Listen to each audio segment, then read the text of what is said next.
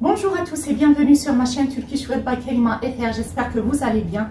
Alors dans cette vidéo, on va voir la forme négative et interrogative du présent large dans la langue turque, le geniş zaman.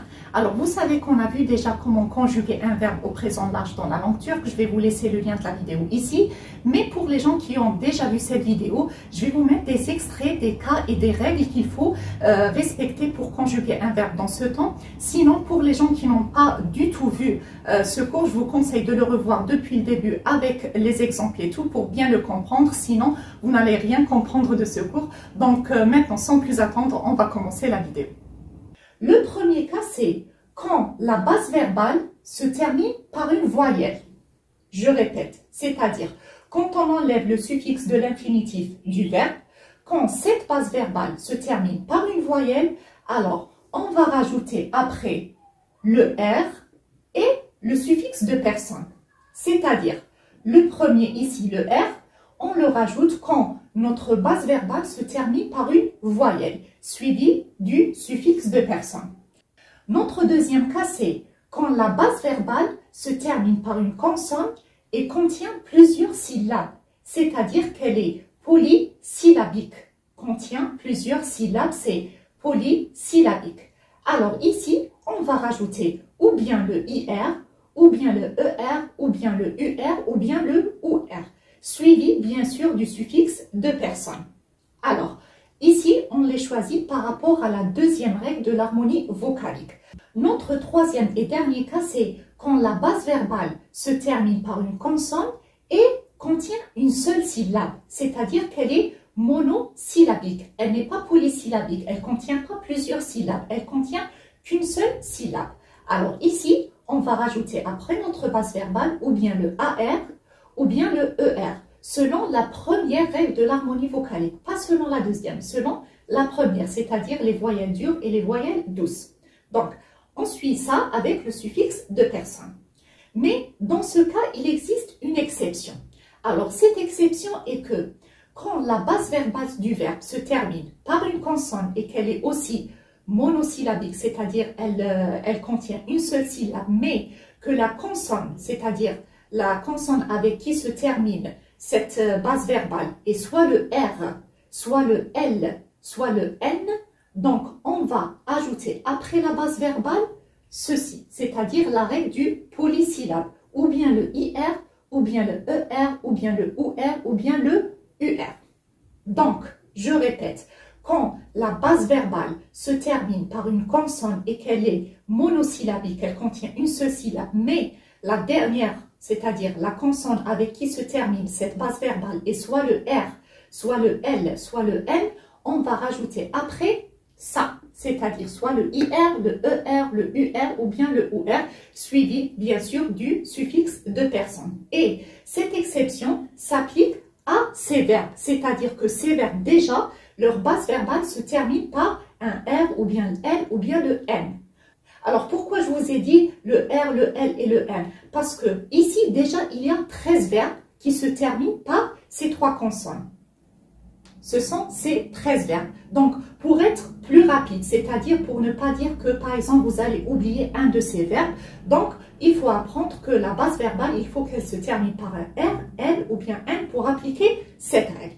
On passe maintenant à la forme négative et interrogative du présent large dans la langue turque.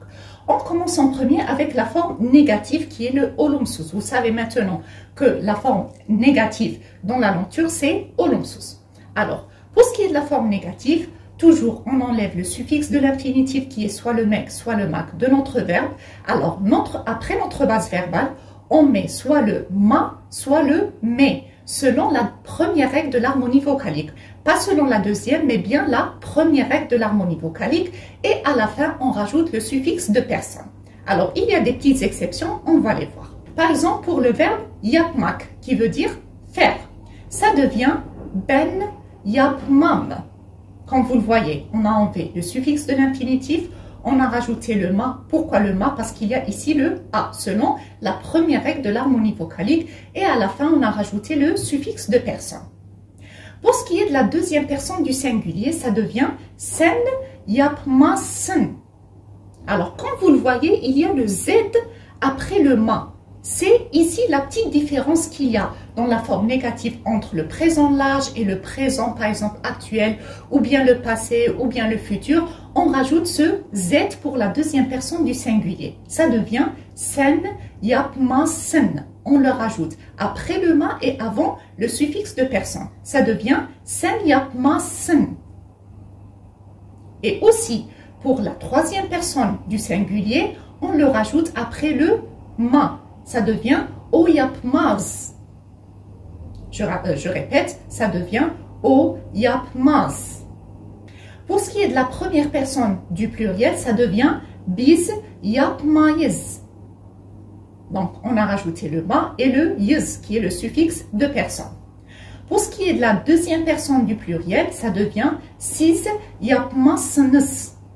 Donc, on a rajouté ce z après le ma et après le suffixe de personne qui est le sınız pour la deuxième personne du pluriel. Ça devient siz yapmazsınız. Et pour ce qui est de la troisième personne du pluriel qui est le onlar yapmazlar. Alors, pour ce qui est de la deuxième personne du singulier, la troisième personne du singulier, la deuxième personne du pluriel et la troisième personne du pluriel, après le ma ou bien le mais, on rajoute le z suivi du suffixe de personne. Donc, ça devient ben yapmam, sen yapmazsın, o yapmaz, biz yapmayız, siz yapmazsınız et onlar yapmazlar. On passe maintenant à la forme interrogative. Alors, pour ce qui est de la forme interrogative, on conjugue notre verbe selon les règles qu'on a vues pour ce qui est du présent large et avant d'ajouter notre suffixe de personne, on laisse un espace et on rajoute miyim ou bien miyim ou bien muyum ou bien muyum selon la deuxième règle de l'harmonie vocalique. C'est-à-dire ici par exemple, on a ben yapar miyim, on a rajouté le miyim. Pourquoi? Parce qu'il y a ici le a. Le A, il correspond au E dans la deuxième règle de l'harmonie vocalique. Donc, on a rajouté le muyum. Par exemple, ben konuşur muyum. Ici, on rajoute le muyum. Donc, ça dépend de la deuxième règle de l'harmonie vocalique. Et on continue. Sen yapar mısın? O yapar mı? Biz yapar mıyız? Siz yapar mısınız? Et onlar yapar mı? Donc ici, on choisit le miyim ou bien miyim ou bien muyum ou bien muyum selon la deuxième règle de l'harmonie vocalique et bien sûr selon la dernière voyelle qui est ici. Donc on conjugue notre verbe comme on l'a vu d'après les cas et les règles sur le présent large et avant de rajouter notre suffixe de personne, on laisse un espace et on rajoute ou bien miyim, miyum, muyum ou bien muyum. C'est ça la forme interrogative pour ce qui est du présent large dans la langue turque. Ça devient ben yapar mıyım, sen yapar mısın, o yapar mı, biz yapar mıyız, siz yapar mısınız et onlar yapar mı? Ce cours sur la forme négative et interrogative du présent large dans la langue turque est terminé. Si vous avez des questions, n'hésitez pas à les poser en bas de la vidéo ou bien sur mon compte Instagram. Moi, je vous donne rendez-vous très bientôt pour une nouvelle vidéo. D'ici là, prenez bien soin de vous les amis. À très bientôt.